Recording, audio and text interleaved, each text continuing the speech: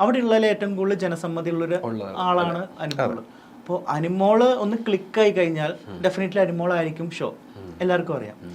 അതേസമയം അനുമോളുടെ വീക്ക്നെസ് കരച്ചിലാന്ന് എല്ലാവർക്കും അറിയാം. ഈ കരച്ചിൽ ക്രിഞ്ചാണെന്നും ഈ കരയിപ്പിക്കുന്ന ആൾക്കാർക്കും അറിയാം.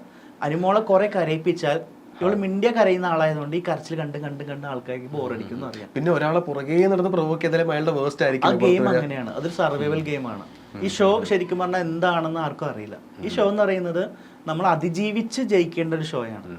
അതിന് നമ്മൾ എന്തെങ്കിലും അതിജീവിക്കണം ആ ഷോ വിൻ ചെയ്യണമെങ്കിൽ. അല്ലാതെ നമ്മൾക്ക് ഇമോഷണലി പ്രേക്ഷകരായിട്ട് കണക്ട് ചെയ്യാൻ പറ്റില്ല. നമ്മൾക്ക് എന്തെങ്കിലും ഒരു സ്ട്രഗിൾ ആ ഷോയിൽ ഇല്ലെങ്കിൽ ആ ഷോ വെറുതെ. അപ്പോൾ നമ്മൾ എല്ലാവരും ഓണവില്ല് പാട്ടും പാടി ഇരുന്ന് കഴിഞ്ഞാൽ ആ ഷോ കാണാൻ ഇൻട്രസ്റ്റ് ഉണ്ടാവില്ല. അതിലൊരു അതിജീവിതം, ഒരു സർവൈവർ ഇല്ല. ഏത് ബിഗ് ബോസിനെ നിങ്ങൾ എടുത്തു നോക്കിയാൽ ബിഗ് ബോസ് ഇത് സർവൈവൽ ഷോ. അപ്പോൾ അവിടെ സർവൈവ് ചെയ്യണ എന്തൊക്കെയാണ്? നമ്മുടെ ബേസിക് നീഡ്സ് എല്ലാം കട്ട് ചെയ്തത്. നമ്മുടെ ഉറക്കം, നമുക്ക് തോന്നിയ സമയത്ത് ഉറങ്ങാൻ പറ്റില്ല. നമ്മുടെ ഫുഡ്, ഇപ്പോൾ തമിഴ് ബിഗ് ബോസിൽ വെള്ളം പോലും ഇല്ല. അതേപോലെ തന്നെ നമ്മുടെ ഡ്രസ്സ്, ഈ പ്രാവശ്യം ഡ്രസ്സ് കൺട്രോൾ ചെയ്തു, കോസ്മെറ്റിക്സ് ഇല്ല. അതേപോലെ തന്നെ നമ്മൾ 100 ദിവസം പപ്പറ്റ്സ് ആണ്.